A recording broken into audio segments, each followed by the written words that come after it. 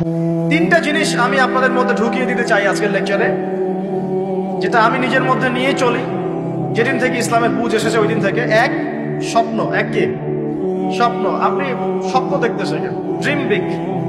Dream big, আপনি বড় স্বপ্ন দেখতে শেখেন। স্বপ্ন দেখেন যে ইনশাআল্লাহ একদিন পুরো বাংলাদেশ কেন পুরো বিশ্বে ইসলামের জয় জয়কার হবে ইনশাআল্লাহ। কথিত ইসলাম না, প্রকৃত ইসলাম ইনশাআল্লাহ। কথিত আর প্রকৃত ইসলাম কিন্তু এক না। কথিত ইসলাম মানে ইসলামের নামে ধর্ম ব্যবসাও আছে, ইসলামের নামে মাজার পূজা আছে, ইসলামের নামে অনেক ভণ্ডামি আছে, আছে না? ইসলামের নামে অনেক কিছু চলে যেগুলো আসলে ইসলামের সাথে সম্পর্কিত না। মানুষ করছে, মানুষ ইসলাম মনে করে। আমরা কথিত ইসলামের কথা বলছি না, প্রকৃত ইসলামের কথা বলছি। কোন ইসলাম?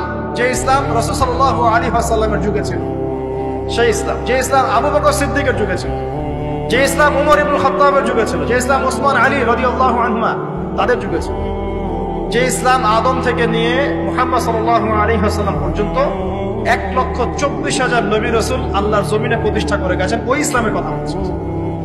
বড় স্বপ্ন দেখেন ইনশাআল্লাহ। এই স্বপ্নে আমিও একটা ভূমিকা রাখবো ইনশাআল্লাহ।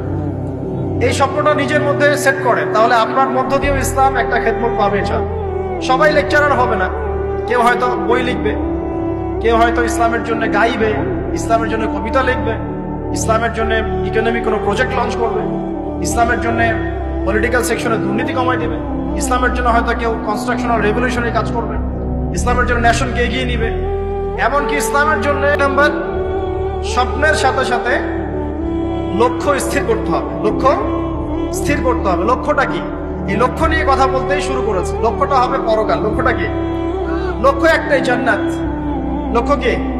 জান্নাত। এই লক্ষ্যে কাজ করতে গিয়ে যদি আল্লাহর পথে আপনাকে গালি খেতে হয়, সমালোচনা শুনতে হয়, আপনার শারীরিক, মানসিক, অর্থনৈতিক নির্যাতন সহ্য করতে হয়, দেখবেন আপনি মন থেকে সুকুন, শান্তি ফিল করছেন। এই পথে যদি হোঁচট খেয়ে পড়েও যান, শান্তি লাগবে, ভালো লাগবে, আমি আল্লাহর জন্য করেছি, আল্লাহ আমাকে এটার আজর দিবে। চাও মানুষ আমাকে অনেক ভালো বলছে, এর মানে এই নয় যে আমি জান্নাত পেয়ে গেছি। আবার মানুষ আমাকে ছিছি করছে, এর মানে এই নয় যে আমি জাহান্নামে চলে গেছি। প্রকৃত ভালো আর মন্দের মানদণ্ড আল্লাহ ফিক্স করবেন ইনশাআল্লাহ কাল কিয়ামতের মাঠে। ফামান যুহজিহা আনিন নার ওয়া উদখিলাল জান্নাতা ফাকাদ ফাজ।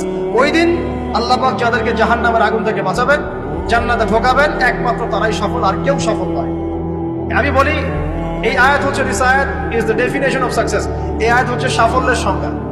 এই যে সাফল্য সাফল্য বলি আমরা, বাবা তোমাকে সফল হতে হবে, মা তোমাকে সফল হতে হবে, হ্যাঁ, what is the definition of success? আপনারা কি মনে করেন সাফল্যের সংজ্ঞা কি? দিস আয়াত, এই আয়াত সূরা আলে ইমরান ভার্স নাম্বার 185, 185